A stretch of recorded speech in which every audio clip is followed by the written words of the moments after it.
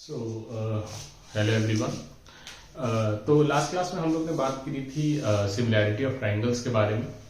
तो उसमें हम लोग ने देखा था कि दो ट्राइंगल्स सिमिलर कब होते हैं। तो एक चीज मैंने बताई थी कि दो ट्राइंगल सिमिलर तब होते हैं जब उनके तीनों एंगल्स बराबर होते हैं। पर सिमिलैरिटी में और भी कंडीशंस होती हैं, जैसे साइड्स को लेके भी कुछ कंडीशंस होती हैं कि अगर साइड का रेशियो सेम होता है दोनों ट्राइंगल में तो वो ट्राइंगल्स भी सिमिलर होते हैं। ठीक है, तो जैसे इसका एक एग्जांपल ले लेते हैं। दो ट्राइंगल्स में ड्रॉ करता हूं। मान लेते हैं ये ट्राइंगल ए बी सी है और ये ट्राइंगल है पी क्यू आर। और मैं इस ट्राइंगल की साइड्स ले लेता हूं 4 सेंटीमीटर, 6 सेंटीमीटर एंड 9 सेंटीमीटर। ठीक है, और मैं इस ट्राइंगल्स की साइड्स ले लेता हूं 8 सेंटीमीटर, 12 सेंटीमीटर और 18 सेंटीमीटर। ठीक है, तो अगर इन दोनों ट्राइंगल्स को सिमिलर होना है, if these two triangles are to be similar, then the ratio of the corresponding side should be equal. तो जो करस्पॉन्डिंग साइड्स का रेशियो होता है वो इक्वल होता है।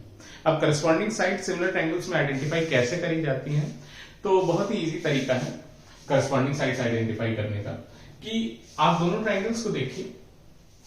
करस्पॉन्डिंग साइड वो होती है जिसकी लेंथ इसमें सबसे छोटी है और जिसकी लेंथ इसमें सबसे छोटी है, वो करस्पॉन्डिंग साइड्स बोली जाएंगी। ठीक है, तो यहां पे स्मॉलेस्ट लेंथ 4 सेंटीमीटर है, यहां पे स्मॉलेस्ट लेंथ 8 सेंटीमीटर है। ठीक, तो A B corresponding P R बोला जाएगा। अच्छा, फिर जो सेकेंड लार्जेस्ट लेंथ है वो 6 सेंटीमीटर है, यहां पे सेकेंड लार्जेस्ट लेंथ जो है वो 12 सेंटीमीटर है। तो ये दोनों करस्पॉन्डिंग बोली जाएंगी। और सिमिलरली अब आप समझ गए होंगे कि जो third largest length, that is the largest length of this triangle is 9 centimetre और this triangle is 18 centimetre. So these two will be the corresponding sides. ठीक है, तो सिमिलर ट्रायंगल्स में क्या होता है, जैसे हम लोग ने लास्ट वीडियो में देखा था कि सिमिलर ट्रायंगल्स में अगर एंगल्स इक्वल होते हैं तो उनको सिमिलर ट्रायंगल्स बोला जाता है। मतलब अगर ट्रायंगल्स में एंगल इक्वल होते हैं तो उनको सिमिलर बोला जाता है। वैसे ही अगर करस्पॉन्डिंग साइड्स के रेशियोज भी इक्वल होते हैं तो भी वो ट्रायंगल सिमिलर होते हैं। ठीक है, तो करस्पॉन्डिंग साइड आइडेंटिफाई करना मैंने आपको बता दिया। तो करस्पॉन्डिंग साइड के रेशियोज अगर इक्वल होते हैं तो वो सिमिलर होते हैं। तो करस्पॉन्डिंग साइड कैसे लिखेंगे, ratio of smallest side of this triangle upon smallest side of this triangle. तो 4 centimetre bye 8 centimetre and that you already know is 1/2। तो रेशियो 1/2। अगर बाकी जो बची हुई साइड्स हैं उनका रेशियो भी 1/2 होता है, मतलब तीनों ही साइड्स का रेशियो अगर 1/2 आता है तो वो ट्रायंगल्स क्या हो जाते हैं, सिमिलर हो जाते हैं। तो चलिए बाकी भी निकाल के देख लेते हैं। तो सेकंड लार्जेस्ट साइड 6 है, यहाँ पे 12 है, तो 6 और 12 का रेशियो भी कितना आएगा, 1/2 आएगा। और यहाँ पे जो लार्जेस्ट साइड है 9 है, यहाँ पे लार्जेस्ट साइड 18 है, तो यहाँ पे क्या हो जाएगा कि 9/18 जो है वो भी 1/2 आएगा। तो अगर इस तरह का आ रहा है कि स्मॉलेस्ट साइड का रेशियो और जो सेकेंड लार्जेस्ट साइड का रेशियो और जो लॉन्गेस्ट साइड का रेशियो इक्वल है, तो ये तीनों ही इक्वल अगर सेम, ये तीनों ही रेशियोज अगर सेम है तो हम बोलेंगे कि ये दोनों ट्रायंगल्स क्या है, सिमिलर है। ठीक है, तो दो बातें हम लोग समझ चुके हैं कि सिमिलर ट्रायंगल्स तीनों एंगल्स इक्वल होते हैं उनमें, और करस्पॉन्डिंग साइड्स के जो रेशियो होते हैं वो भी सिमिलर ट्रायंगल्स में इक्वल होते हैं। ठीक है, तो जैसे ये दोनों ट्रायंगल सिमिलर हैं तो इनमें साइड्स के रेशियो भी इक्वल होंगे और फिर इनमें एंगल्स भी इक्वल हो जाएंगे। अब एंगल, कौन सा एंगल किसके इक्वल होगा वो भी हम लोग देख लेते हैं। तो अगर ये दोनों ट्रायंगल सिमिलर हो गए हैं, जैसा कि आप देख रहे हैं कि तीनों ही करस्पॉन्डिंग साइड्स के रेशियो जो है वो 1/2 1/2 1/2 यानी कि इक्वल आ गए हैं, तो ये ट्रायंगल सिमिलर हो गए। ठीक है, अब सिमिलर हो गए तो सिमिलर ट्रायंगल में दोनों कंडीशन होती है कि साइड के रेशियो भी इक्वल होने चाहिए और एंगल्स भी इक्वल होने चाहिए। तो कौन सा एंगल किसके इक्वल होगा, तो यहां पे देखिए स्मॉलेस्ट साइड और सेकेंड स्मॉलेस्ट साइड के बीच में जो एंगल है वो ए पे बन रहा है, और यहां पे स्मॉलेस्ट साइड और सेकेंड स्मॉलेस्ट साइड के बीच का एंगल जो है वो पी पे बन रहा है। तो एंगल ए जो है वो एंगल पी के बराबर होगा।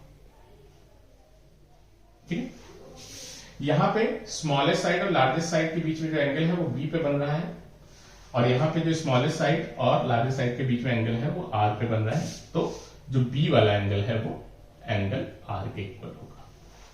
ठीक है, और उसी तरह से जो थर्ड एंगल है वो आप गेस कर पा रहे होंगे कि किसके इक्वल होगा, तो एंगल सी जो है वो एंगल क्यू के इक्वल हो जाएगा। तो आप लिखेंगे angle C is equal to angle Q.